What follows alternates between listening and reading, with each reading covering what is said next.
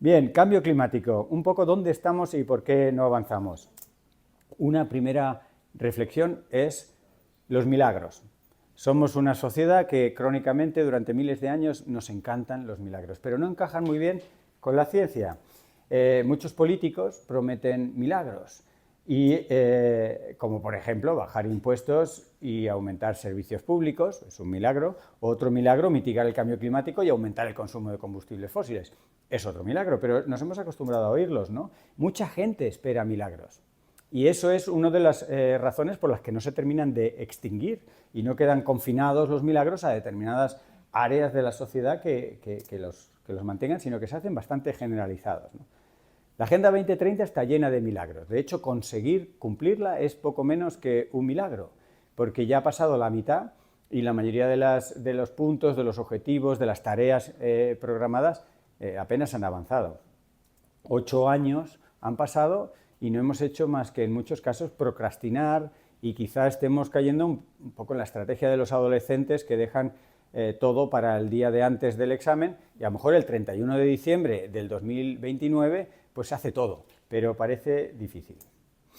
Nosotros los científicos un poco nuestro papel es, si queréis, el de Pepito Grillo, es indicar dónde estamos, por eso también un poco el título de la presentación, hacer un diagnóstico de la situación, ya tenéis muy claro que el diagnóstico no es muy favorable, proponer escenarios y luego dar un paso atrás y entre todos ver qué queremos hacer. El cumplimiento está en manos de los políticos y en realidad de la gente, de lo que aceptamos, de lo que no aceptamos, o de lo que nos enfada o de lo que nos da igual, ¿no? Y el cambio climático, que es algo súper transversal, que no deja de estar en la agenda pública, lo invade todo y a veces no somos ni conscientes. Cambio climático, por supuesto que es agua, alimentos y energía. El cambio climático también es moda, sanidad y transporte. Y esto lo desarrollaremos un poco más. Porque una de las cosas que está claro con el cambio climático es que es una realidad, ya está aquí, no hay que hablar de futuro, no será el mundo que le dejamos a nuestros nietos, sino es el que ya tenemos hoy. Y además es una realidad difícil, complicada, ¿no?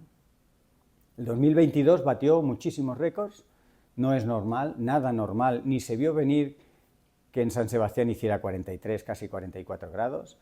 No era normal que las juntas de dilatación de los trenes del Reino Unido no fueran suficientes para evitar que se curvaran las vías de tren con las olas de calor del 2022. Eso no es normal, la prueba está que durante 40, 70, 90 años los trenes fueron estupendamente.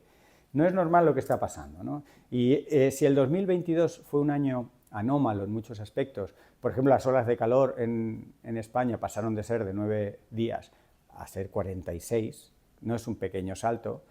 En el 2023 las cosas todavía han superado las proyecciones. En olas de calor quizá no ha sido tan continua y por tanto no ha sido tan llamativo el tema de olas de calor, pero sí los récords climáticos. Ya no hay más que ver, si recordáis, cómo empezó el curso escolar en las Islas Canarias, con unas temperaturas nocturnas tremendas. Las temperaturas diurnas eran tan altas que los chicos empezaron en el colegio, a los 3 días tuvieron que parar porque se mareaban en clase, ¿no? No es nada normal. El 2023 lleva desde el mes de junio diciéndose es el junio más cálido, el julio más cálido, el agosto más cálido, el septiembre más cálido, el octubre más cálido. Al final, el año más cálido desde que hay registro. Y esto es más de lo que la ciencia de alguna manera anticipó. Ahora analizaremos un poco más. Pero hemos aprendido casi a normalizar no solo los valores puntuales de récord, temperaturas, inundaciones, eventos extremos, sino que simultáneamente en distintas zonas del planeta ocurren cosas relacionadas con el clima anómalas. Esto es una foto, digamos, una imagen en el mes de julio. Había 5 cosas en 5 sitios muy distintos que ninguna era normal, pero estaban ocurriendo a la vez. Siberia tenía el día más caluroso de su vida, ¿no? Japón estaba reventando el récord número 100 en cuestiones de precipitación, que llevaba un mes batiendo todo tipo de récords de precipitación. Las temperaturas de los mares eran las más cálidas también registradas. El incendio, si recordáis, de Canadá, un incendio colosal que mantuvo a los neoyorquinos y neoyorquinas encerrados en casa, en Nueva York, que no es Canadá, pero por la calidad del aire. Todo esto ocurría más o menos a la vez, lo cual nos da una idea de la globalidad. Los medicanes, los huracanes de generación mediterránea, porque a veces históricamente ha pasado algún huracán generado en el Caribe o generado en algunas zonas del Atlántico y entraban en zona mediterránea, pero ahora ya tenemos huracanes made in Mediterranean, ¿no? Que se llaman medicanes. Las costas del Mediterráneo no tienen una orografía favorable para huracanes, la latitud es muy al norte para que se generen allí huracanes, pero ya se están haciendo algunos, ¿no? Este año, precisamente al final del verano, hemos visto unos eventos tremendos. No es normal gota fría en Madrid, no es normal, es un fenómeno litoral. Ahí sí es normal. La intensidad de las gotas frías y la frecuencia y la ventana de tiempo en la que ocurren se ha extendido fuera de lo que era el promedio en las últimas décadas, pero lo que no es normal es que 2/3 de la península ibérica estuvieran sometidas a un episodio tipo Dana como el que ocurrió, ¿no?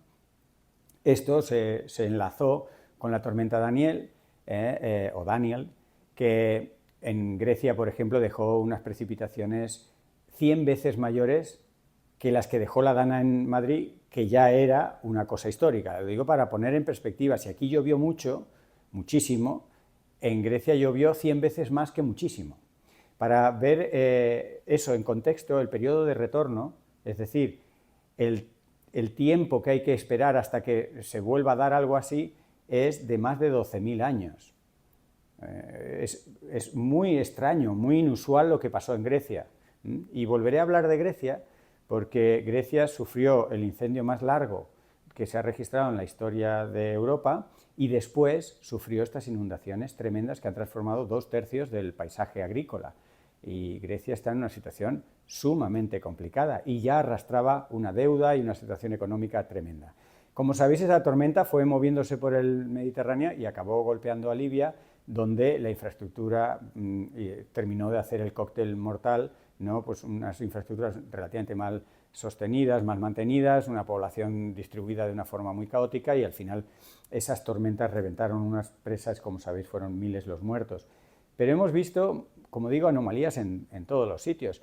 El hielo en la Antártida no termina de recuperarse ni siquiera durante el invierno. La superficie de los hielos va muy por debajo de lo que es normal y en el 2022, por primera vez desde que lo hemos medido, fracasaron prácticamente todas las colonias de pingüino emperador. El pingüino emperador es este pingüino grande que requiere un tiempo de desarrollo de muchos meses y si la banquisa, que es esa parte dinámica del hielo, se funde muy deprisa, no les da tiempo físico a desarrollarse lo suficiente para poder ir y alimentarse por su cuenta, y eso ocurrió en el 2022 de una forma muy global en la Antártida, lo cual está indicando que están ocurriendo cosas inusuales en los últimos tiempos. La ciencia se ha quedado corta estimando todo esto, aunque apuntaba en la dirección de que íbamos hacia allí, la ciencia se ha quedado corta, y se ha quedado corta por 3 razones, y la tercera la dejaré para después, pero la primera es por la prudencia intrínseca de la ciencia. Hasta que no está muy segura de todo, pues no lo termina de afirmar, y sobre todo cuando son cosas que tienen consecuencias para la sociedad. Es doblemente prudente y precavida, con lo cual se queda un paso por detrás de lo que ya se está sabiendo. Primera razón por la que se quedó corta la ciencia. La segunda, porque el cambio climático y el clima en general es muy complejo. Hay como 15 grandes subsistemas en el sistema climático, que cada uno de esos 15 es muy difícil en sí, pero además no ocurren solos e interaccionan entre ellos. La metáfora que se suele utilizar, que a mí me gusta poner, como en los cuentos de los niños, hay esos gigantes que lo bueno es que estén dormidos. Cuando se despiertan los gigantes de los cuentos, mal. Bien, pues de los 15 grandes gigantes que podríamos hablar de estos sistemas climáticos, hay 9 que el propio calentamiento está despertando. Y estos 9 grandes sistemas en sí son complicados, interaccionan y ocurren a la vez que todo lo demás. ¿Cuáles son esos 9 gigantes que se están despertando por el calentamiento? Algunos muy conocidos, como el permafrost. Toda esa súper extensión, miles de kilómetros cuadrados en Siberia, en el norte de Eurosiberia, en el norte de Canadá, que son suelos que normalmente están congelados, que lo suyo es que estén congelados, si no todo el año, prácticamente todo el año, y que al descongelarse por el calentamiento liberan gases de efecto invernadero que generan más calor, más fusión, más liberación de gases de efecto invernadero, y es un círculo que lo que se conoce técnicamente como retroalimentación positiva, pero que es un círculo vicioso.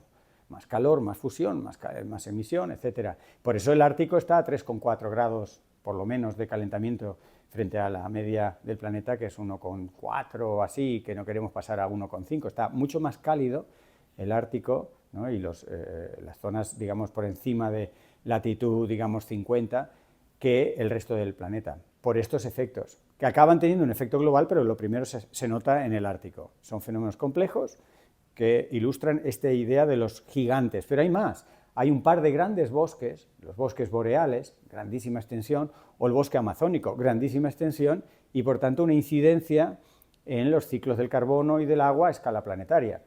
Cuando esos bosques no van bien, no solo por deforestación, que ya está mal, sino porque esas temperaturas hacen que, por ejemplo, el balance de respiración y fotosíntesis no sea el habitual y fijan menos carbono del que tenían que fijar.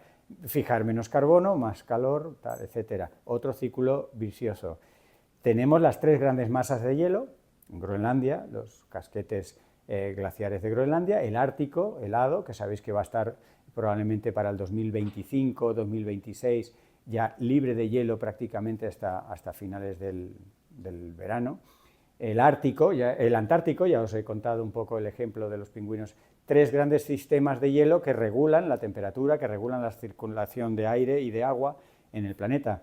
Tenemos los arrecifes de coral, donde hay también procesos a escala planetaria de fijación de carbono, donde se produce buena parte de la diversidad marina y todo eso tiene efectos de retroalimentación o círculos viciosos. Y las corrientes marinas, sobre todo la que más nos preocupa, no solo por proximidad, sino porque es la que se está viendo más alterada, la circulación del Atlántico, sobre todo la parte norte.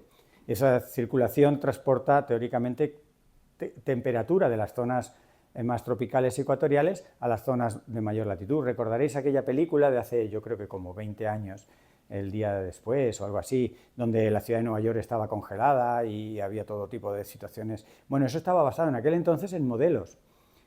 Ahora ya tenemos datos. ¿Por qué se congelaría la bahía, la zona de Nueva York y una parte de esa zona del Atlántico Norte? Porque la cinta de transporte de calor no funciona, no está bloqueada, se está bloqueando. Los modelos decían que se podía bloquear y ahora ya tenemos datos que muestran que va muy despacio y se está bloqueando, en parte por la entrada de agua dulce, por la fusión de los glaciares de Groenlandia, etcétera, varios procesos. Y si tú no transportas calor del Ecuador a esas zonas de latitud un poco alta, al final lo que ocurre es que localmente se entra en una glaciación, a pesar de que la temperatura global sigue creciendo, ¿no? Entonces es un poco paradójico, desde luego para personajes como Trump no entran bien en su cabeza, que decía, ¿dónde está el calentamiento cuando había las olas de frío? ¿No? Decía, precisamente por el calentamiento tenemos estas olas de frío, ¿no?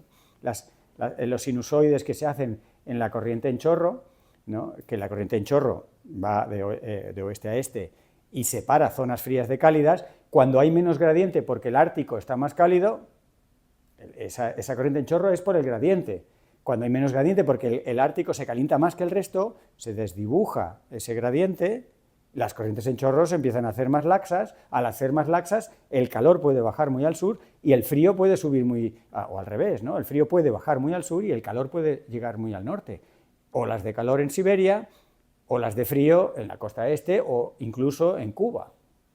Esto es cambio climático y esto es calentamiento. Lo que pasa es que requiere entender procesos complejos. No son tan obvios como más calor, pues ¿qué más calor? No, más calor, se alteran células y la ciencia no entiende del todo lo que pasa a la vez. Por eso también se quedó corta y no vio venir un poco esto. Esto es lo que os estaba contando de la circulación termohalina, ¿no? Que es como una especie de sistema circulatorio de la Tierra que transporta calor, igual que el sistema circulatorio nuestro, ¿no? Yo lo pongo mucho como explicación de por qué nos resfriamos, ¿no? en verano. En verano tenemos el sistema circulatorio diseñado, adaptado para disipar calor. Mucha circulación periférica y de repente una ola de frío o una simple brisa y tú te hielas. Bueno, pues ese tema de circular y transportar no solo oxígeno, nutrientes, etcétera, sino también transportar el propio calor, es una de las cuestiones que si lo alteras, pues tiene, en el caso del organismo humano, consecuencias para tu temperatura corporal, pero en el caso de la Tierra, consecuencias para la temperatura de la Tierra, ¿no? Y fijaros, necesitamos de muchos procesos que durante millones de años se han ido acoplando a esos patrones de circulación. Los vientos alisios no solo llevaron a los europeos a América y permitieron muchas cosas, sino los vientos alisios son fundamentales para que eso que nos molesta en los coches, la calima, el polvo del Sáhara, en realidad es imprescindible para el planeta que llegue de vez en cuando al Amazonas. Esa célula importante, ese subsistema importante para el clima, porque el Amazonas necesita de la fertilidad que traen esos polvos que tienen muchos fosfatos, tienen nutrientes. Sin esa fertilidad que cada mes y medio cruza el Atlántico y llega a fertilizar el bosque amazónico funciona peor. Y lo que se ve en las predicciones, en las estimas, por ejemplo, este trabajo en Geophysical Research, pues muestra que en un par o tres de décadas se va a disminuir del orden de un 30% ese aporte tan importante. Así que el cambio climático ya estáis empezando a entender que es mucho más que células de calor y de temperatura promedio. Aquí hay una fertilización que se empieza a impedir en un sistema clave para mantener el clima de la Tierra. Y todos hemos oído hablar de la subida del nivel del mar. Más preocupados están aquellos y aquellas que tienen una casa en primera línea y sobre todo de una costa tendida, donde ya se empieza a notar, y si no, la gente de Denia, que está reclamando por haber construido ilegalmente enfrente del mar, ahora están pidiendo que todos les compensemos porque el mar que está subiendo les está rompiendo el jardín o la terraza. Nunca debieron construir ahí, lo permitimos todos y ahora no sabemos qué hacer. Toda esa casuística la tenemos en la cabeza, ahora hay que incorporar una pieza más de información. Lo que realmente nos tiene que preocupar más es el desbordamiento marino. El desbordamiento marino, como su nombre sugiere, es el número de horas al año que el mar está fuera de su sitio. Tiene que ver con el nivel del mar, pero no es solo nivel del mar. En esa curva veis que la relación no es lineal entre el desbordamiento marino y la subida del nivel del mar. Es exponencial. ¿Por qué? Porque en el desbordamiento influye no solo el nivel del mar, sino la velocidad del viento, las células de presión, la intensidad de las corrientes, todo factores que también se ven amplificados por el cambio climático, y por poco que suba el nivel del mar, el mar está fuera de su sitio mucho más de lo que correspondería por esos milímetros o esos centímetros de subida del nivel del mar. Y eso, teníamos un sistema perfectamente adaptado para lidiar con eso, que son las dunas y sobre todo las dunas móviles, pero ahí hemos decidido construir paseos marítimos y urbanizaciones. Y trenes, pensar en el tren del Maresme. Es un tren folclórico, divertido, vas por encima del mar muchas veces y cuando hay temporal se cortan las líneas, hay una gran tragedia y eso solo va a peor. Y los alcaldes, fijaros, los alcaldes de muchos de estos sitios le prometen otro milagro, ¿no? Prometen que cuando se cae un paseo marítimo en Matalascañas, por ejemplo, o cuando se corta una línea por los embates del mar, prometen que lo van a volver a construir. Digo, pero vamos a ver, si lo sensato sería entender dónde estamos y ponerlo en otro sitio. Y, por ejemplo, pues sería una estupenda oportunidad para cumplir la ley de costas. Pero no, la ley de costas. Por eso el cambio climático es mucho más que eventos extremos, aunque los eventos extremos llaman la atención y es, como digamos, un punto de preocupación que eleva la prioridad de la atención de la ciudadanía y de los medios de comunicación. El cambio climático es muchas más cosas. Y si nos preocupa la salud, que nos preocupa, pues tenemos que pensar que el cambio climático afecta prácticamente en todos los ámbitos de la salud. Por supuesto, afecta en los eventos extremos de forma directa, pero también afecta a la distribución de vectores de enfermedades tropicales. Esto lo vimos muy bien hace ya décadas con la malaria, ahora estamos viendo con el dengue, el chikungunya y tantas otras enfermedades de origen tropical, que los vectores en un ambiente más cálido se van expandiendo y arrastran con ellos enfermedades tropicales. Pero lo estamos viendo con problemas respiratorios, asma, EPOC, etcétera, que se ven acentuados por las condiciones nuevas que trae el clima. Por supuesto, este nuevo clima dificulta el aporte de agua dulce a la gente, complica problemas hídricos, etcétera, etcétera. Las migraciones humanas, ¿no? Muchas de ellas, más de la mitad de las personas que se mueven en el planeta lo hacen empujados por el cambio climático, con todas las consecuencias humanitarias, geopolíticas, etcétera, que podemos pensar, pero han sido disparadas, ya digo, la mitad de los millones de personas que se mueven al día empujados por el cambio climático. Y ahora con lo que está ocurriendo en Gaza e Israel, tenemos, tras medio curarnos un poco mentalmente de lo que ocurrió con Ucrania, periódicamente hay alguna guerra que salta a la primera línea y nuestro cerebro de primate es muy sensible a la muerte violenta y por tanto nos impresiona muchísimo. Bien, vamos a hacer una pequeña recapitulación de los conflictos armados, muy breve. Aquí tenéis un mapita, ¿dónde están? Cuanto más oscuro, más gente muere en esos conflictos. Bien. ¿Cuánta gente muere en conflictos? Aproximadamente 125.000 personas directas en los combates cada año. 125.000, vale. Hay que sumarle 100.000 bebés. Y también sumarle unos 200.000, 300.000 civiles que se ven arrastrados y también mueren en esos conflictos. Si sumamos, aproximadamente no llega a 500.000 de personas que mueren cada año en todos los conflictos armados bélicos en la Tierra. Y pongo esta cifra para que la pongamos en contexto. Recordad, más o menos 500.000 de personas. ¿Cuántas personas mueren por cambio climático? Es difícil de estimar. Los eventos extremos, solo los eventos extremos, ya tienen esa misma cuota, 500.000. Pero el cambio climático incide en tantos aspectos que cuando uno los va teniendo todos en cuenta, salen unas cifras difíciles, pero aproximadamente decenas de millones. Solo por la contaminación atmosférica, muchos recordaréis que mueren 9 millones, ¿no?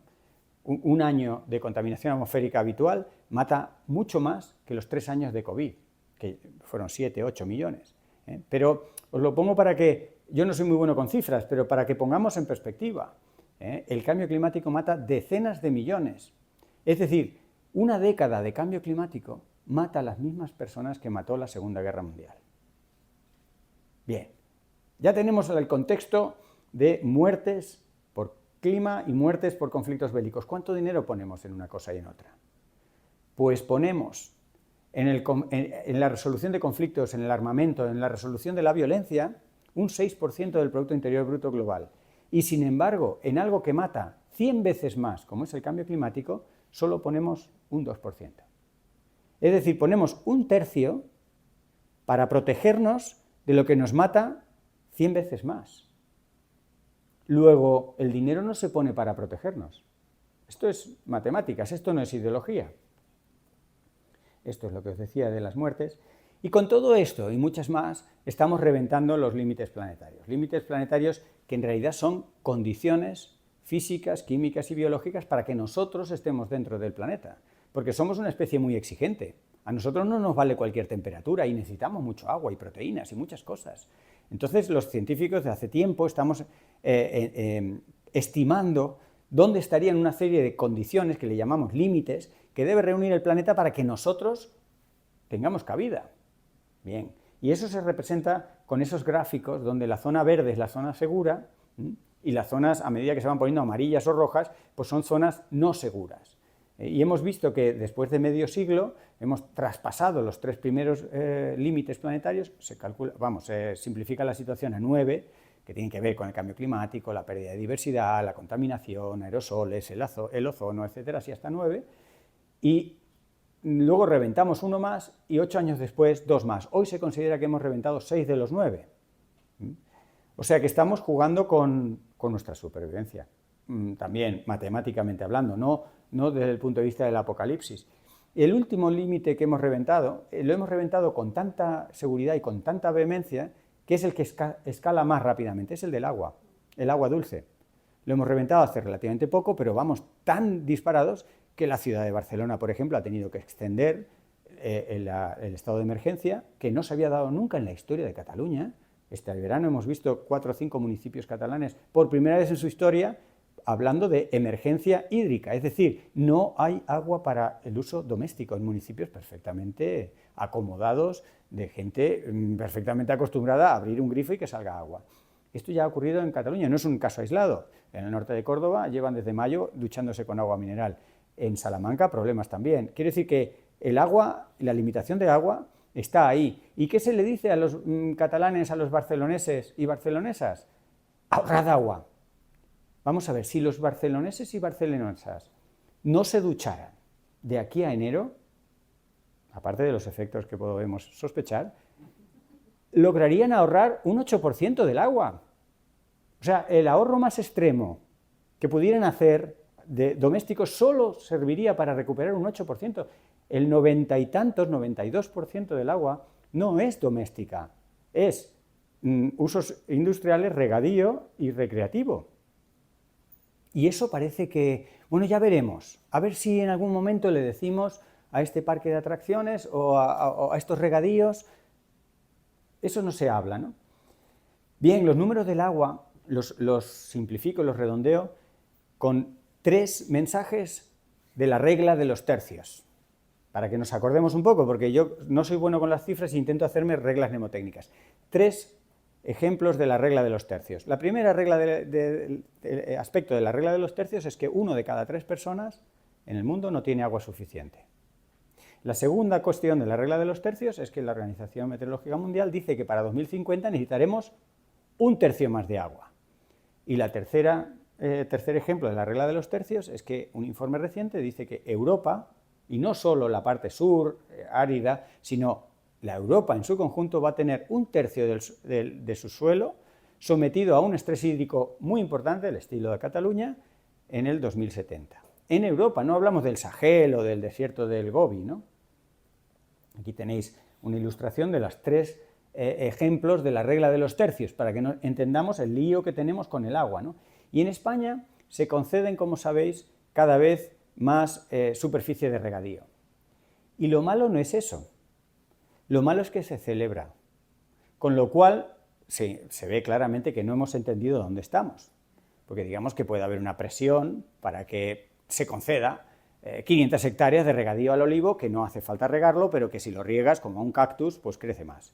Bien, pero si lo celebras, si se pone en la prensa como un gran logro, es que no has entendido el problema. España tiene a Europa bastante preocupada. Europa nos ve desde lejos y desde lejos dicen, ¿cómo es posible que en España haya casi 4 millones de hectáreas de regadío? Pero no dan las cuentas. ¿De dónde vas a sacar España el agua para regar todo eso? Es claramente una política a muy corto plazo.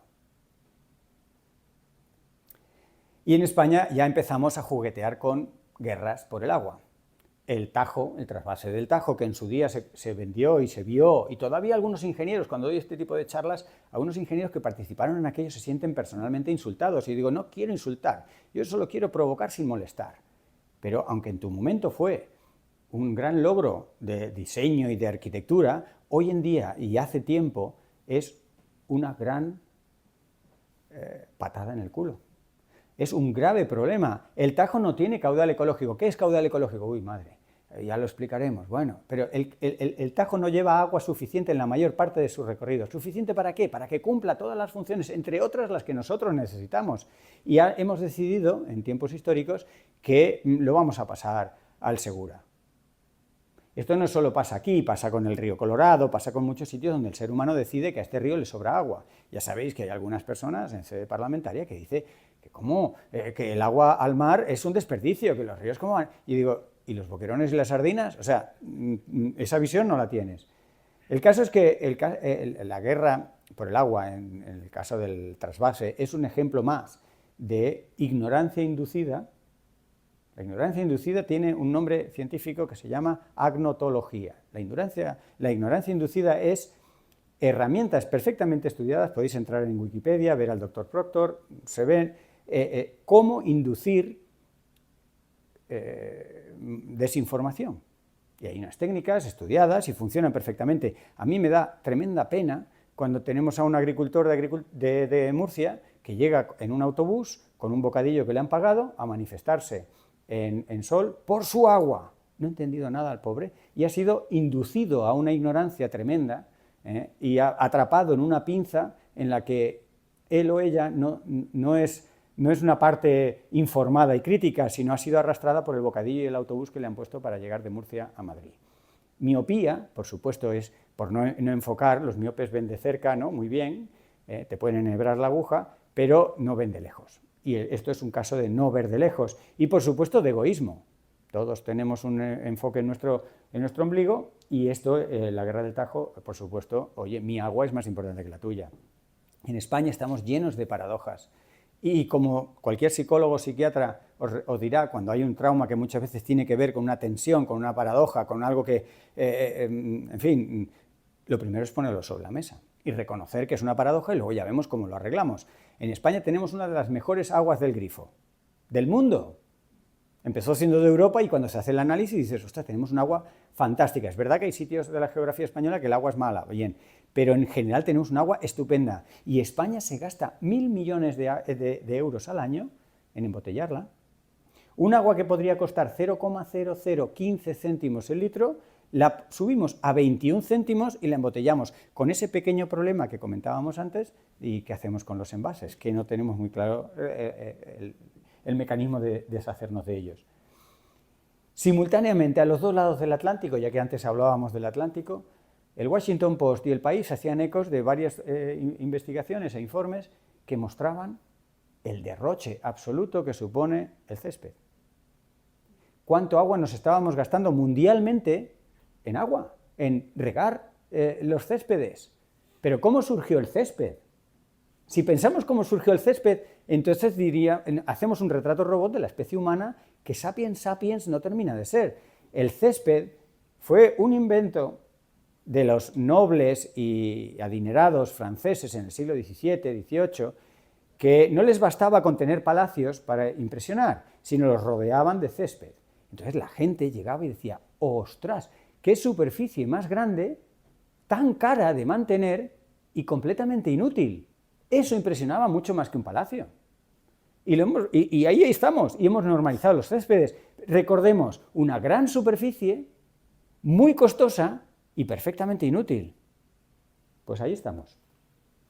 Con la comida, claro que hace falta comer.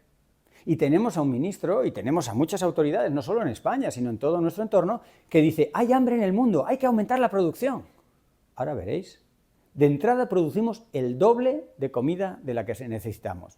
¿Que necesitamos para qué? Siempre hay que decir, ¿para qué? Para comer. Claro, si tú tienes otros objetivos con la comida, a lo mejor no es suficiente la que producimos, pero si el objetivo es comer, producimos el doble. Bien. Un tercio lo tiramos. Un tercio lo tiramos. Y no tenemos que culpabilizarnos el consumidor en casa de arebañar bien el plato. No, se tira con mecanismos instrumentados por la política agraria comunitaria, por mecanismos de regulación del mercado. Si los precios del tomate resulta que son muy bajos, oye, tú tira unos cuantas toneladas y verás cómo sube un poco el precio y otra vez vuelve a interesar. Y está perfectamente regulado, y tirar comida, tirar ese tercio, nos sale carísimo a todos. Claro, no le sale carísimo a la gran superficie o a algunos intermediarios del agronegocio, pero mundialmente, de entrada, hemos dicho, tenemos un problema con el agua. Un 23% del agua del mundo se emplea para regar plantas cuyos productos los vamos a tirar. ¡Ostras! Pero vamos a ver cómo atajamos esto. Bien, pero no solo ahí. El 13% de la superficie, casi lo mismo que tenemos protegido de la superficie terrestre, lo destinamos a plantas para que lo que produzcan lo tiremos. Y por supuesto el 8% de las emisiones totales. O sea, nos sale carísimo tirar comida, energética, hídrica, social, económicamente. Nada, y ahí seguimos, instrumentando cosas. Por si hubiera pocas cuestiones, la dieta tiene grandes impactos en la humanidad, porque no es lo mismo un kilo de proteínas de origen animal que de origen vegetal. Y no se trata de que todos nos hagamos vegetarianos, que no todo el mundo lo puede ser, por razones fisiológicas, ya no espirituales o ideológicas. Pero indudablemente la dieta llamada occidental, que básicamente come en un día la carne que debería comer en una semana, provoca 1 millón de muertos al año. Recordad lo que decíamos de los conflictos armados, 500.000. Pues el doble por comer carne roja en exceso. Es un sistema alimentario que nos mata. Nos mata generando gases de efecto invernadero, pero directamente por producir un producto que a mucha gente la está matando. Bueno, y ahí estamos, ¿no? ¿A dónde va ese otro 20%? Porque hemos dicho, producimos el doble, un 30% lo tiramos y el otro 20% a que el norte global sufra de sobrepeso y de enfermedades asociadas como la diabetes. Algo muy difícil de explicar cuando esto se lo tienes que contar, por ejemplo, a los niños de primaria. Te dicen, pero ¿estáis al mando? 11 millones de personas mueren cada año de hambre. 11 millones. Esto se debe básicamente a que producimos el doble de comida. La solución no es producir más comida, es producir menos comida. Porque la producción industrial de comida está matando a la gente al deslocalizar donde hay hambre y donde hay comida. Al deslocalizar la producción, al invertir cosas para hacer comida que empobrecen a las poblaciones locales, al subir los precios, que la gente no puede, en muchos sitios, pagar la soja o el cereal o el alimento básico. Eso es lo que genera muertes. No lo vamos a resolver produciendo más comida porque, de hecho, por producir tanta, somos no solo pobres globalmente, sino que hay hambruna a nivel, sobre todo en los países más tristes. Convertir el suministro de alimentos en un negocio ha sido una idea equivocada si nos preocupa la mortandad. Sequía en Doñana. Bueno, ya sabemos lo que es la sequía en Doñana. Doñana es una maravilla, precisamente como tantos otros lugares del mundo, porque en un sitio cálido, luminoso, brillante y árido, hay agua. Claro, eso le merece figura de parque nacional, pero ya sabéis que en Doñana hay otras prioridades. No hay agua para mantener la diversidad como la hemos conocido, no hay agua para producir frutos rojos, pero de luego no hay agua para las dos cosas. Se acaba de proponer la ilegalización de los pozos ilegales, pero en realidad los legales ya estaban extrayendo y van a seguir extrayendo mucha más agua de la que estaban autorizados y la de que mantendría el ecosistema de Doñana. ¿Cuánto vale un litro de agua de parque nacional? No sé si habéis ido, pero en el Corte Inglés tienen una botella guardada en una especie de caja fuerte. Es una botella que no sé cuánto vale el litro, pero ya si está dentro de una caja fuerte de metacrilato transparente para que lo veas y digas, no me lo puedo creer, es agua de glaciar. Pues ¿cuánto vale el agua de parque nacional? Yo diría que incluso más que ese agua de glaciar, pero nada, es gratis, directamente, si tú pinchas, la sacas y extraes lo que tú quieras, no importa que sea un parque nacional. Ahí tenemos los problemas de convertir la producción de comida en un negocio. ¿Cuál es el origen del cambio climático? Porque podríamos estar hablando del cambio climático mucho, pero lo podemos resumir en una simple frase, muy análoga a la anterior.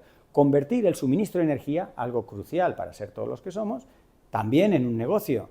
Y veréis que las cifras son muy parecidas a lo del agua. Y muchas de estas cosas, dolorosamente, las sabíamos desde hace mucho.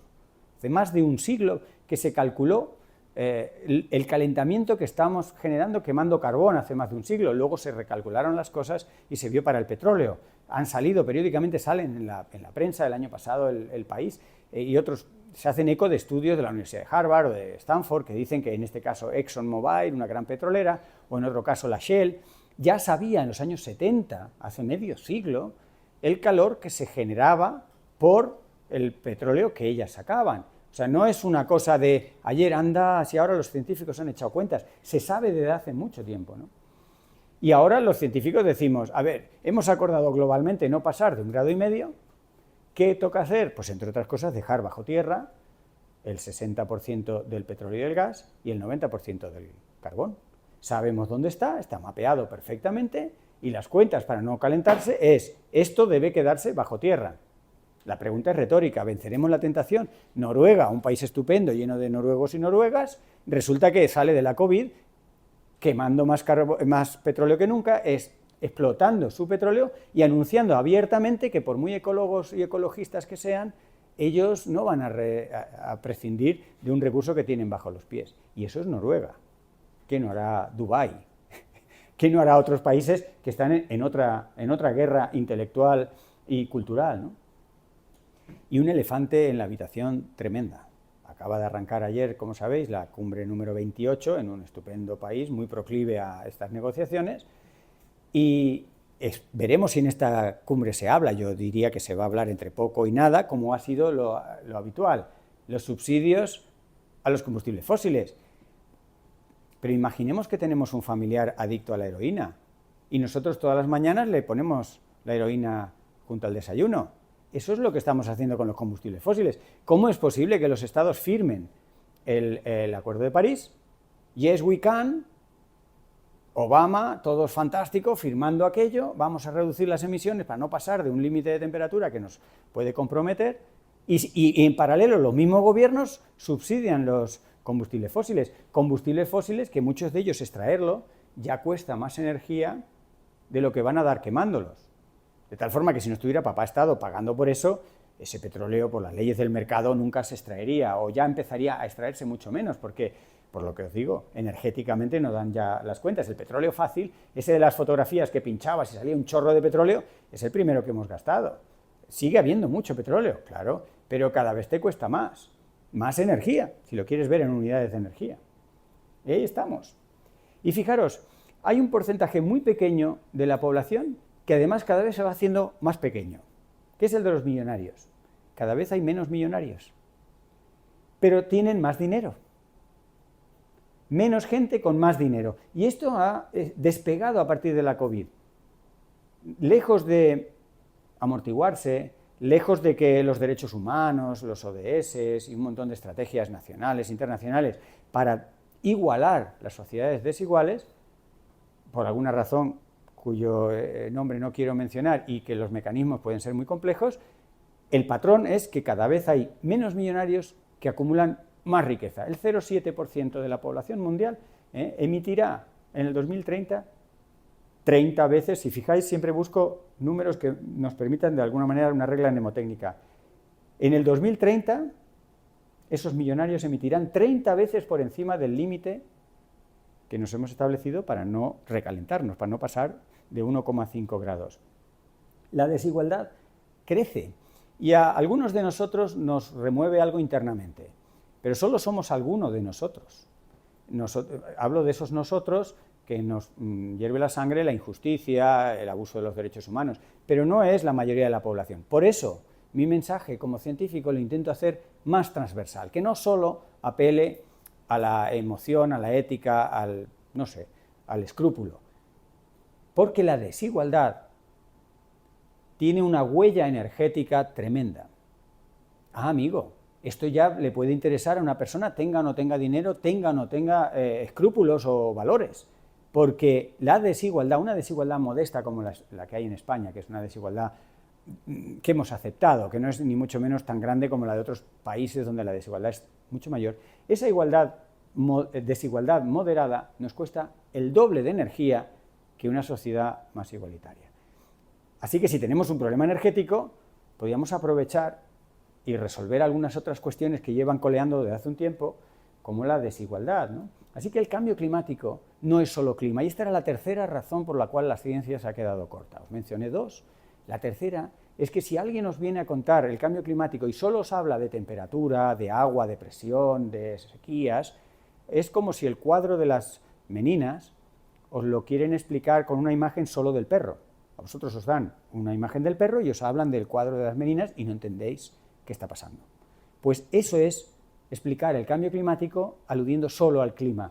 Y los científicos empezamos, lógicamente, a ser no solo conscientes, sino a intentar ponerle números a todo esto. Y este artículo, en una revista muy prestigiosa como Proceedings of the National Academy of Sciences, en ese diagrama de colores, no solo esquematiza lo que empezamos a entender, sino que detrás de cada una de esas burbujitas y de cada una de esas flechas hay matemáticas, muchas matemáticas y mucha base de datos. El que lo quiera estudiar se va al trabajo y lo mira, pero creedme que eso no es un esquema a mano alzada que ha hecho alguien en un rato.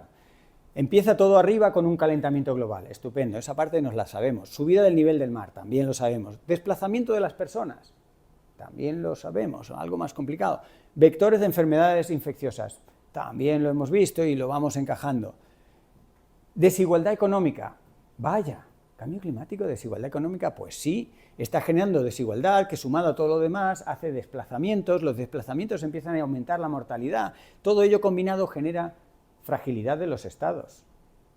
Las democracias oxidadas por no usarlas empiezan a reventar los remaches, así que cambio climático es democracia, derechos humanos, fragilidad de los estados, conflictos geopolíticos, eso es cambio climático. Y si no metemos eso de alguna manera en las ecuaciones, la ciencia se quedará corta. Si no metemos eso de alguna manera en las estrategias, en las agendas políticas, en las negociaciones de la cumbre del clima, si no lo ponemos sobre la mesa, mal vamos a resolver el cambio climático. Solamente identificando dónde refugiarte en una iglesia o en un polígono industrial o bajo un árbol en los momentos de ola de calor, hombre, pues a algunos les salvamos la vida, pero resolver lo que es resolver el problema del cambio climático no lo vamos a resolver así.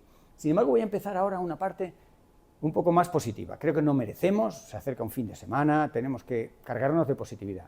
Yo lo voy a contribuir con cierta ironía. Las necesidades energéticas dan una buena noticia, salvo que trabajes en una empresa energética, porque necesitamos muy poca energía. ¿Cuánto de poco? Bueno, esta pregunta, con lo sencilla que es, la llevo 2 años haciéndola a expertos de la energía, tanto del ministerio como de investigadores, como por supuesto de las empresas energéticas, y no hay Dios que te la conteste. Porque las preguntas, cuanto más sencillas de hacer, son más difíciles de contestar. Y sobre todo cuando tienes espinas económicas, políticas, tal. Bueno, por suerte encontré este y algún otro trabajo que muestran la necesidad energética medida ¿cómo? Pues medida en este caso con los 9 indicadores de salud y bienestar. Estas grafiquitas de aquí lo que vienen mostrando es, a medida que tienes más energía, la energía vendría aquí, cómo van subiendo los 9 indicadores de salud y bienestar. Hay 9 que se aceptan, que tienen que ver pues, con eso, con el bienestar medido de la manera más objetiva que podemos. Indudablemente, cuando no tienes acceso a la energía, esos indicadores están a 0.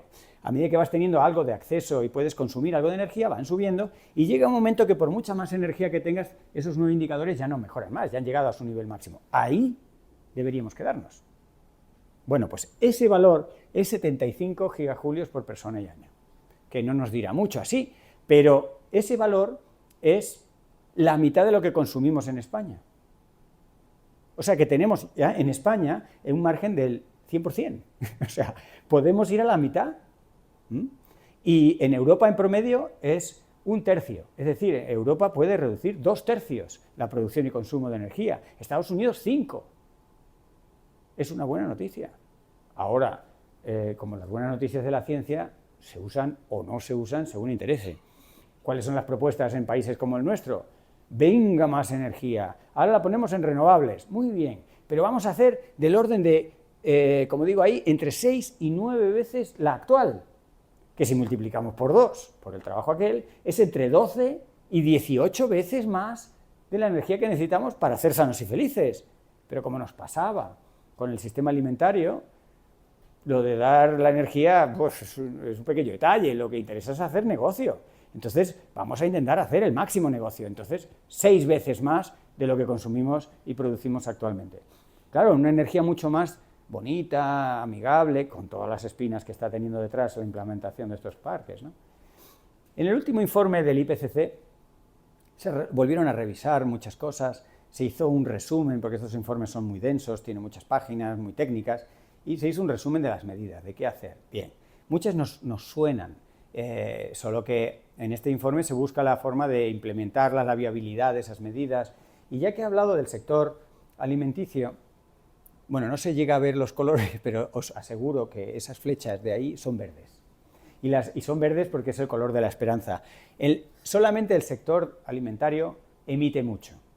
Emite tanto como otros sectores, como la construcción, incluso el transporte, en porcentaje de gigatoneladas de carbono, está ahí. Pero tiene un 44% de posibilidades de mejora. La flecha esa que tenía que ser verde, hacia la izquierda, nos habla de, precisamente, la gran posibilidad que tiene el sistema alimentario. Ya que estaba hablando del sistema alimentario, pues es una pieza importantísima, que, por supuesto, en las cumbres del clima no se habla. Porque eso ya se habla en otro sitio, porque eso no es clima. Joder, bueno, pues no es clima. Eso ya se hablará cuando corresponda alimentar a la humanidad y para eso tenemos otras historias. Dentro de las posibilidades que la ciencia abre, está el revisar con datos y no solo con deseos y pensamiento mágico, otras formas de agricultura. Una agricultura tipo regenerativa, más respetuosa con la naturaleza y con la biodiversidad, no pone en entredicho la productividad. De forma muy poética, cuando Boris Johnson, todavía le quedaban unos meses antes de salir del puesto por todas las fiestas aquellas que hizo, le vinieron los agricultores a decirle, oye, mira, hay aquí unos ecologistas que nos están poniendo las cosas contra las cuerdas. Nosotros tenemos que producir mucha comida y los ecologistas dicen que hay que respetar a las mariposas y pajaritos, que son en este caso el estudio que mencionó ahí, lo que toma como indicadores. Claro, Boris Johnson contó cuántos ecologistas hay, cuántos agricultores hay. No, dejamos a los ecologistas. Entonces decidió apoyar al sector más potente a la hora del electorado, que eran los agricultores, con esa visión poco informada y muy cortoplacista a la que se le lleva por agnotología a través de los que tienen realmente la inversión, la capacidad y el músculo financiero. pero los datos muestran que dándole unos años a la naturaleza, te devuelve la inversión con creces. Y en el caso de la agricultura regenerativa, se vio que después de 10 años, un estudio hecho en el propio Reino Unido, que se publicó en las mismas semanas que le estaban diciendo a Boris Johnson que qué tal si no escuchamos a los ecologistas en esto, se publicó en una de las mejores revistas de ecología datos que mostraban que no era para nada incompatible la productividad agrícola con la conservación de la diversidad y de la funcionalidad de los ecosistemas. Belleza poética. Y una palabra dolorosa, difícil, de crecimiento. Si queréis buscamos otra, yo no tengo problemas, pero que sepamos a qué nos referimos. Porque claro, la Unión Europea ya lleva 2 años convocando proyectos de investigación, haciendo jornadas sobre el decrecimiento, y como eso el decrecimiento no mola, le llama Beyond Growth. Claro, Beyond Growth, ya en inglés despista, pero si lo traducimos es postcrecimiento. ¿Y qué es el postcrecimiento? Cada uno piensa una cosa, postcrecimiento, sugiere, pero no es específico. Si queréis le llamamos postcrecimiento, yo no tengo problemas, pero que sepamos a lo que nos referimos. Lo que estamos hablando es de enfriar la economía, de no hacer negocio con todo y no hacerlo hasta esos niveles que comprometen los límites planetarios. Ya no estoy hablando de ser de derechas o de izquierdas, estoy hablando de límites planetarios, de cosas que matan, de cosas que enferman. Y entonces ahí nos tenemos que poner de acuerdo. Fijaros, esto de que el decrecimiento es prosperidad, una frase que he acuñado varias veces para intentar contar esto en pocas palabras y de momento atraer a la audiencia, es algo que la ciudadanía capta.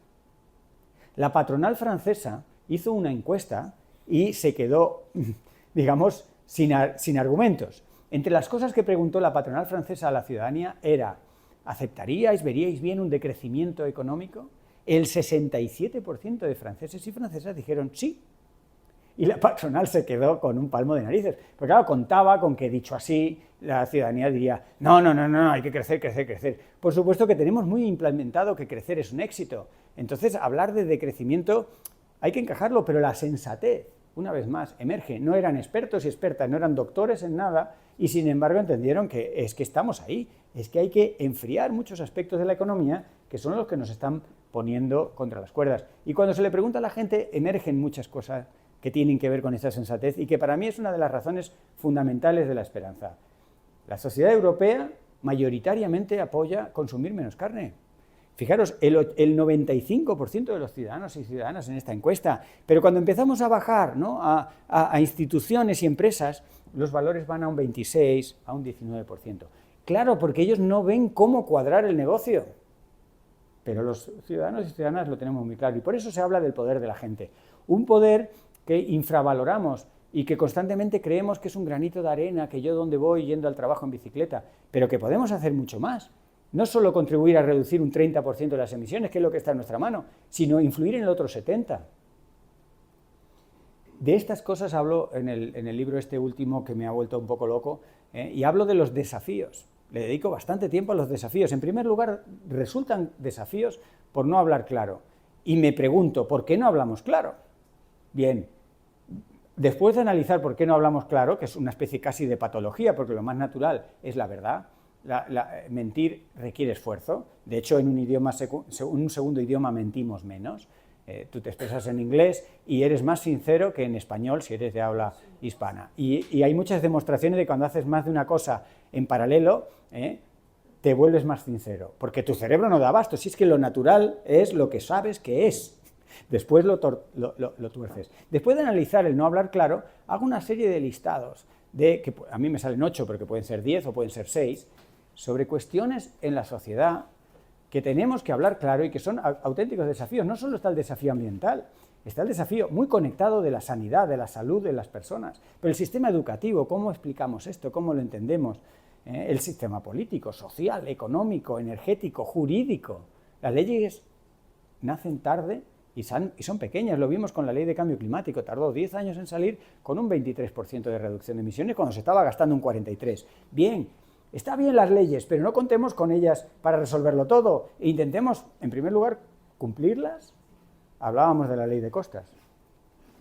Y la segunda cuestión que me pone como de los nervios y que en el libro intento enfatizar es ¿por qué no avanzamos? Bien, tenemos esos desafíos difíciles, vale, pero ¿por qué no avanzamos? Si sabemos la ciencia, la tecnología, se sabe que por allí, por acá, estas son salidas a esos problemas. ¿Y por qué no salimos? Pues les he llamado zancadillas o autoemboscadas o tiros en el pie. Estas zancadillas son también de muchos tipos. Una de ellas es el propio negacionismo, que hay muchas formas de negacionismo, no solo el negacionismo más cinematográfico de algunos grandes dirigentes. Está el negar la realidad como una patología clásica de cuando la realidad es dura, pues tú no aceptarla, ¿no? Pero también están muchos intereses y ahí empiezan a desglosarse otros. La presión del egoísmo, hemos mencionado algo del egoísmo con el agua. El círculo del milagro, arranqué por ahí. La hipocresía organizada, lo estamos viendo en las cumbres del clima, ¿no? El tecnooptimismo, el pensar que siempre la tecnología nos va a sacar de los problemas. De momento la que tenemos, oye, si vendrá otra, bienvenida sea. Por supuesto el greenwashing y estas otras formas elaboradas de hipocresía, ¿no? Y una tendencia a la autodestrucción, una tendencia que Freud ya estudiaba y que tiene una manifestación, por ejemplo, en la resolución violenta de los conflictos, algo que sería culturalmente inaceptable en el estado en el que estamos, pero que, como vemos, los rebrotes de autodestrucción violenta no paran de nacer. Como os prometía, acabamos con 5 buenas noticias que hay que aprender a querer. No son completamente buenas, pero 300 multimillonarios han propuesto que le suban los impuestos. No sé si pensáis que son buenísimas personas y que se preocupan por nosotros y por eso dicen, venga, nuestros impuestos. Alguno habrá, pero yo diría que más bien han entendido parte de esto que está contando y dicen, ostras, el sistema no va a funcionar si nosotros no contribuimos un poco más significativamente a resolverlo. A mí me gusta de esta noticia que ellos se ponen por delante como parte del problema y se ofrecen a ser parte de la solución. Las Naciones Unidas vuelven a revisar en septiembre de este año todos los datos climáticos y dicen, sí que se puede quedarse en una zona segura para el clima. Esa es la parte buena. También hay otra buena, solo hay un obstáculo. La no tan buena es que ese obstáculo no es tecnológico ni científico, es político, pero bueno. La Agencia Internacional de la Energía ha creado una coalición dentro de la cual está España, hay 30 países, sumándose alguno más, que por supuesto busca multiplicar las energías renovables, reducir el consumo, no se habla de producción, para mí falta una parte, pero bueno, y aumentar la eficiencia. Pero me gusta mucho la tercera medida. La tercera medida es que sean las petroleras las que instrumenten cómo reducir el 6% de las emisiones que se derivan de un mal funcionamiento, digamos, del procesamiento del petróleo, de la extracción, es el metano que de forma accidental se libera. Que lo resuelvan las petroleras y que ellas paguen sin recurrir a papá Estado para implementar esa medida. A mí eso me parece que va en muy buena dirección. Por supuesto, ya sabéis que el año pasado se declaró un nuevo derecho humano universal. Un derecho humano a un medio ambiente limpio y saludable. Podemos hacer lo que hacemos habitualmente con muchos derechos humanos, que es ignorarlos o pisotearlos, o podemos utilizarlo, es una herramienta muy potente. En la era Bolsonaro, Brasil, agarrándose a derecho internacional, con un presidente negacionista del cambio climático, logró instrumentar fondos brasileños para mitigar el cambio climático, con un presidente negacionista. Bueno, es una herramienta, ahí tenemos un ejemplo de que se pueden usar para cosas. Y sabéis que los rifirrafes con la ley de renaturalización y de restauración en Europa que sufrimos en primavera, que sí, para aquí y para allá, el Partido Popular Europeo agarrado al agronegocio y a la preocupación de que iban a perder comba, pues le pusieron trabas a una ley que todos, unánimemente, incluyendo los que ahí estaban poniendo pegas, vieron muy bien en su arranque, que encajaban muy bien con el ideal de Europa y que permitían mantener ese liderazgo ambiental a un continente como Europa. Bueno, mutilada y después de muchos rifirrafes, la ley parece que va a salir adelante, pero la ventana se cierra. Esto ya lo vienen diciendo muchos científicos en el mismo último informe del IPCC. Por tanto, es tiempo para la acción, no solo revisar las emisiones, hemos aplanado un poco la curva, ya no emitimos tanto, pero seguimos emitiendo más de lo que toca. Tendríamos que ir por las sendas, estas eran verdes y azules, y seguimos por esas que son rojas. Pero la curva indudablemente se está aplanando. Es una parte de buena noticia, pero que nos indica que hay que dar más. Pero no es solo una cuestión climática, es una cuestión de muchos frentes, ¿no? Estamos en tiempos de poner la civilización patas arriba. Porque si resolvemos una cosa sin tener en cuenta todo lo demás, realmente pues, solo ganamos algo de tiempo, que no está mal. Muchas gracias por la organización de este acto, a todas las personas que lo han hecho posible. Muchas gracias, Fernando. Somos seguidores tuyos desde hace tiempo. Me voy a presentar. Soy concejala en un ayuntamiento como Boadilla del Monte, por Más Madrid. Estoy en Verde Seco desde el año 2011 y pensando en global y actuando en local, tenemos que pensar cómo aterrizar todo esto. Un ayuntamiento como Boadilla, que es Boadilla Siempre Verde, pero sin embargo tienen una facilidad con un gobierno del PP, tienen una facilidad muy fácil para lanzar campañas como si realmente estuvieran haciendo políticas verdes, cuando resulta que evidentemente no están haciendo ninguna. Hace muy poquito dijeron, para ahorrar agua vamos a poner césped artificial. Entonces, ¿cómo combatir todo esto? Son capaces pues de decir, la ciudadanía se echó en contra y resulta que luego pues plantaron en medio del césped y pusieron plantitas, ¿no? Con esto quiero decir que no nos es fácil, incluso siendo activistas tantos años en partidos verdes, ¿no? Coger y decir cómo combato esto, cómo decimos el césped artificial no puede ser posible, aunque sí haya una necesidad de efectivamente quitar césped y ahorrar agua, ¿no? Y bueno, pues tantas políticas locales que tendremos que llevar a la práctica para realmente conseguir que nuestros municipios caminen hacia una transición ecológica y justa, sobre todo, también. Bueno, gracias. Realmente, bueno, te agradezco tus palabras. Yo entiendo que estamos en mucha sintonía y se trata de compenetrarnos y amplificar nuestras ideas. Yo creo que tenemos que ir dejando a un lado la palabra no y tenemos que encontrar la palabra sí y ofrecer alternativas. En eso tenemos que ser creativos en dos aspectos. Uno, en la exploración de datos, en la exploración de hechos, en la exploración de estadísticas, y otro en la manera en la que se cuente la alternativa. Pero creo que hay que abrir en lo más posible. Si ponen césped artificial, no hay que decir que no. Hay que presentar algo que sea más bonito, más interesante, más atractivo en la forma en la que podamos. Y ahí requiere un poco de creatividad. Y es una lucha de David contra Goliat, porque ya tenemos a la ciudadanía muy acostumbrada a ver bonito determinadas cosas. Con lo cual, los que ofrecen esas cosas ya cuentan con una predisposición a entenderlo, a verlo como bien.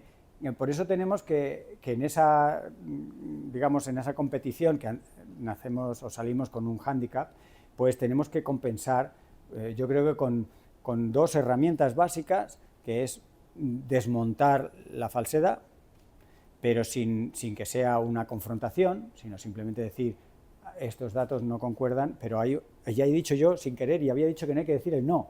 Bueno, hay que buscar la forma en decir, hay otros datos que sugieren esto y hay que encontrar una forma de hacerlo empático y próximo y de ver las grandes ventajas. Y a veces la creatividad está en cosas muy locales y en cosas próximas al arte, a los sentimientos, a los intangibles económicos, y la gente es sorprendentemente sensible a eso y no lo saben.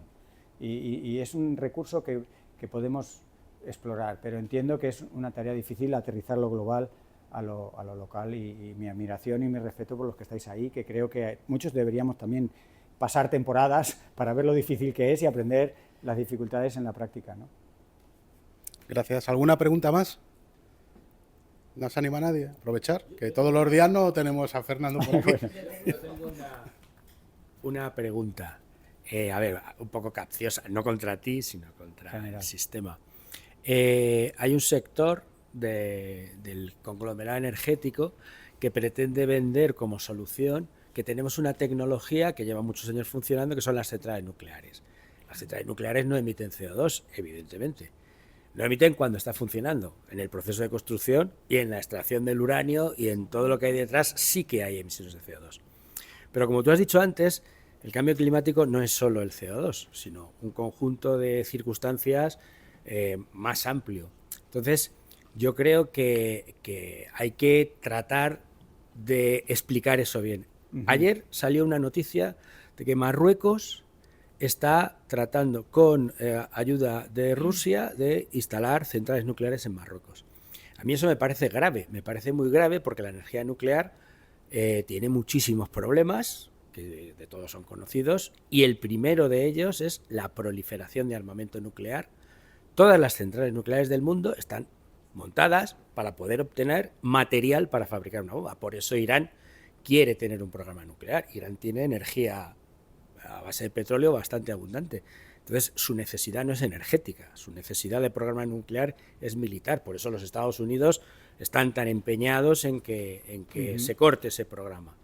Entonces, creo que ese discurso de ampliar el foco, pues es un detallito, es un sector concreto, pero que a mí me preocupa leer una noticia como esa ayer. Totalmente. No, el mirar una y otra vez a la energía nuclear como la que nos puede salvar de las necesidades y tal, es un espejismo y en realidad es un acto de infantilismo, no es un acto de madurez. Y yo creo que por ahí podemos empezar a tirar del hilo, porque las mismas encuestas, y tú mismo, cuando la presentas, no haces pleno uso de un argumento muy potente. El argumento de las emisiones de CO2 es bastante lábil, porque lo has anticipado diciendo en la producción, pero si tú tienes en cuenta todo el sistema de seguridad a tiempo real, todo el sistema de transporte, todo lo que rodea una central nuclear, emite mucho más que esos gigavatios producidos por fotovoltaicas y eólicas. Hoy. Entonces, ese argumento, yo evitando la confrontación, porque parece nuclear sí o nuclear no, decir, la nuclear no resuelve el problema de emisiones. Solo en el acto de fisión no se libera nada, ya. Y para que ese acto de fisión esté teniendo lugar, nos gastamos, emitimos un montón. Entonces, ese argumento no nos resuelve, yo diría. Y, sin embargo, tenemos el pequeño problema de que no sabemos qué hacer con los residuos radiactivos, porque realmente no tenemos ni idea, ¿no? Las escalas de seguridad que podemos asegurar no encajan con el tiempo de vida radiactivo de los residuos. Y luego tenemos los accidentes, son pocos, pero son tremendos. Y la central de Fukushima está ahora liberando, porque ya no pueden almacenar tanto agua radiactiva, y las indicaciones en el Pacífico de radiactividad, al final las comemos todos. Yo creo que esos argumentos, sin que sean apocalípticos y que lleven a la confrontación, hay que tenerlos muy, muy claritos para que en pocas palabras desmonten la defensa. Pero hay que tener muy montada la alternativa. Y hay que enseguida poner, esto lo podemos abordar así, esto acoplado a una desescalada del consumo energético y a una mayor autonomía de los países, que no dependan de terceros países, dónde está el uranio, dónde está... Pues esos son argumentos que van a defender soluciones. No puedes, por eso creo que hay que quitarle fuerza a lo del no, y decir, el argumento... no sé, pero tenemos que ser muy cuidadosos con eso, pero no es muy cierto ese balance que se hace, hacer una presentación de las cuentas más próximas a la realidad con las fuentes, las emisiones no se reducen por ir a la nuclear, y poner las alternativas sobre la mesa, que pasan por combinar un modelo en general económico distinto y en particular una energía basada en alternativas más próximas al territorio, más próximas a las demandas y demás. Y hay que construirlo, yo creo que sobre todo con mucho en positivo. Habéis visto mi tono un poco socarrón cuando hablo de la positividad y demás. Bien, pero tenemos que incorporarlo un poco, porque es indudable que a veces tenemos que hacer el equivalente a ponernos con cadenas para que no talen una encina. Esa defensa a veces a ultranza de algo que claramente va a ir mal. Pero no solo que sea esa la imagen, sino que haya imágenes de positividad, de lo que hay que ganar en términos de salud mental, salud ambiental, términos en fin, de positividad que la gente pueda abrazar, independientemente de que seas de derechas o de izquierdas, tengas más dinero o menos dinero.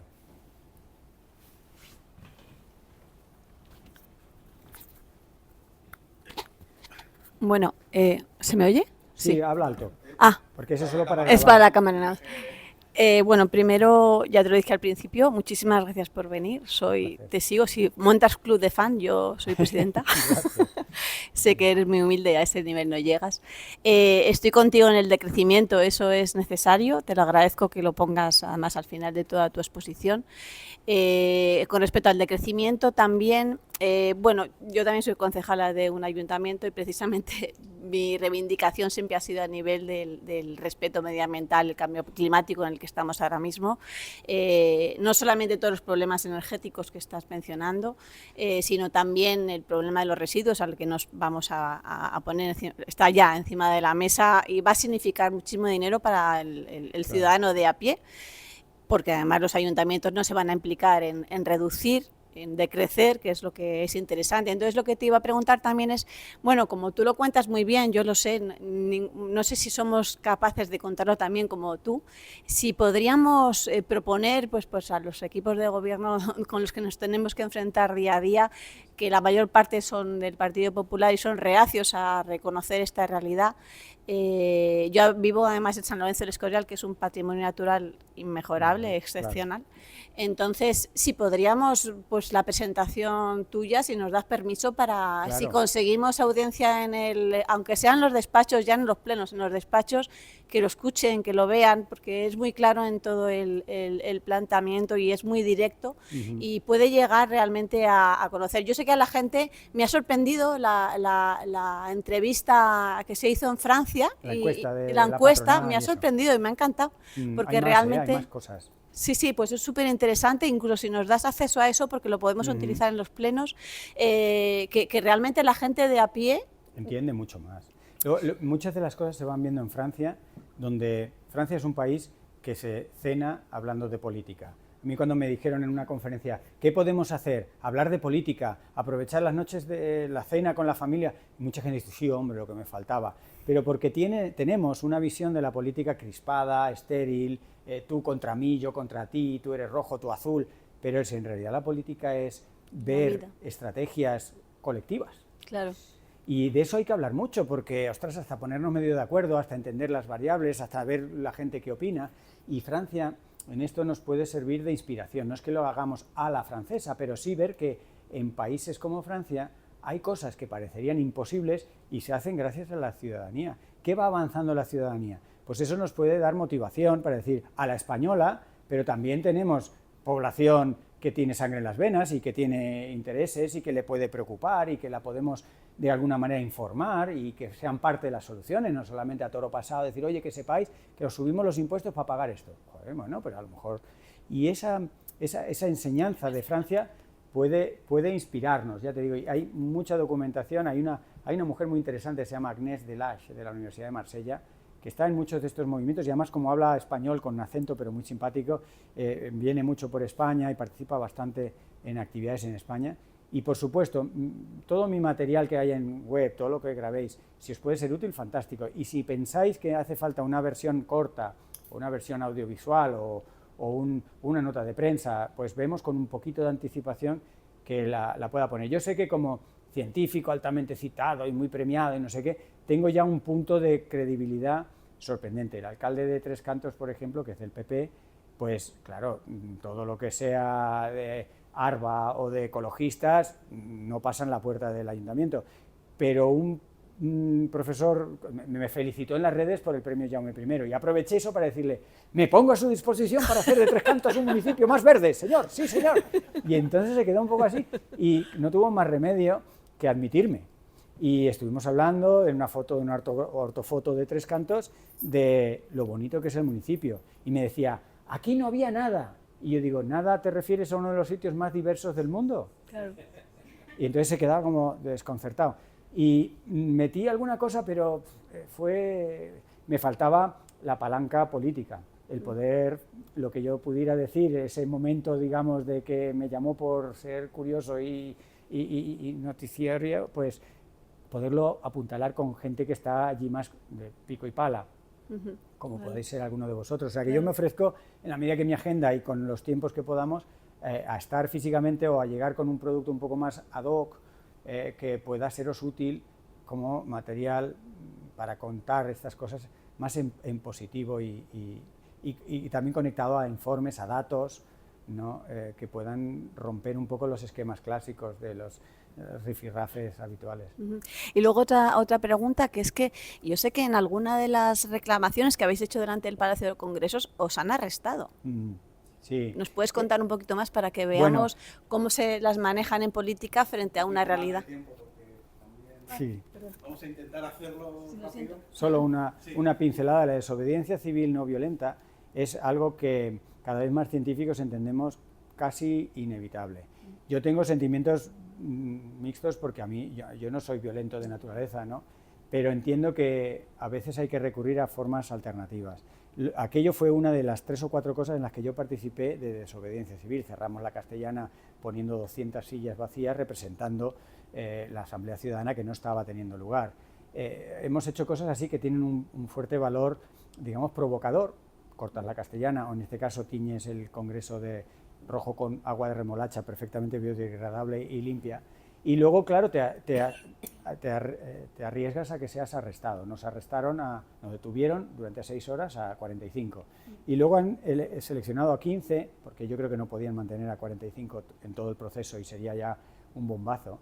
Han ido arrastrando a 15, todavía están, ahora el fiscal les ha pedido penas de cárcel y unas sanciones desproporcionadas. Amnistía Internacional en septiembre, por ejemplo, hizo un informe internacional de que el tratamiento que se estaba dando a España a los desobedientes civiles no era acorde al derecho internacional. Y estás tensando la cuerda porque estás en los límites de lo que es aceptable. A veces tienes un efecto contraproducente. Los que se pegaron en los cuadros, pues hay gente que no lo ha visto bien y ha podido ser contraproducente hacerlo. Es difícil, yo no lo apoyo al 100%, pero pienso que es una medida desesperada que en algún caso, o que a veces puede ir apuntalando. Estamos en momentos convulsos y hay que probar, creo, que otras narrativas. La última pregunta vamos a intentar. Vale. Gracias. Bueno. Muy rápido porque es que luego va Sí. y los técnicos municipales tienen un Tiene un horario y no lógico, van a echar. hay que respetarlo. Bueno, me llamo Nigora, también soy concejal del pueblo vecino del Escorial. Me apunto a cualquier evento que podríamos tener con tu participación. Muchas gracias por dar un momentito de positividad, porque yo estaba viviendo una película, está dentro de película No mires arriba, que también la conocemos todos, ¿no?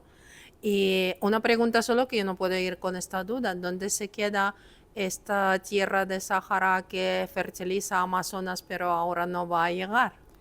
Bueno, se distribuye más en la parte oriental del Atlántico. Nos llega más a España, a Canarias, se queda en esa zona y algunas directamente se vuelve a repositar en el Sáhara. Hace falta que periódicamente los vientos hagan todo el recorrido hasta el Atlántico y eso requiere una circulación que se está interrumpiendo.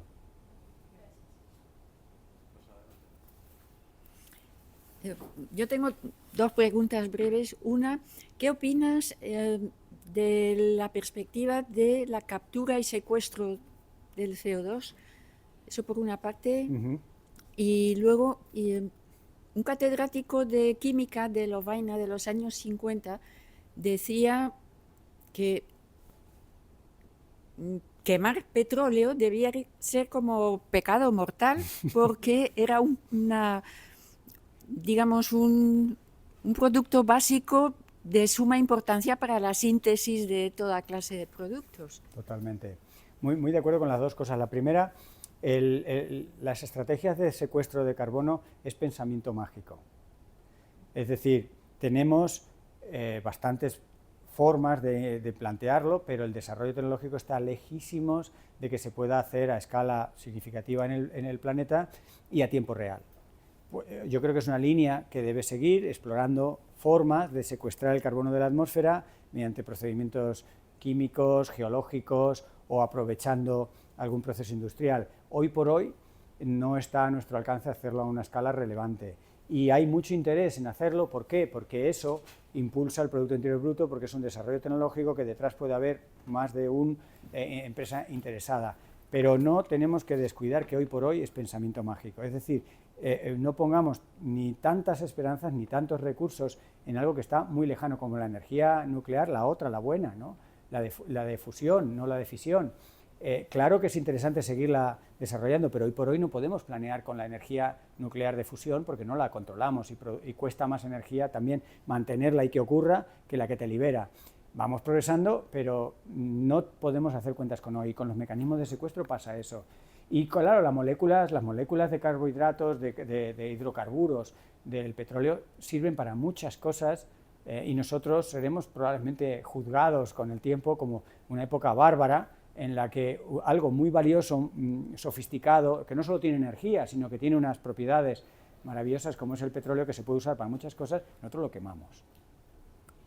Bueno, cerramos ya con la última pregunta cortita. Y bueno, pues vamos para allá. Muy cortita. Mi nombre es Ivana, de una comunidad energética. Mi pregunta es, ¿de qué manera podemos luchar, los que estamos en la parte de ecologistas, vamos a decir, en este caso con la quema del vertedero de Colmenar Viejo, que sabemos ya que, pues, porque estamos haciendo muchas movilizaciones ahora ya de cara al 2024, ¿de qué manera podemos lidiar con esto? Porque es que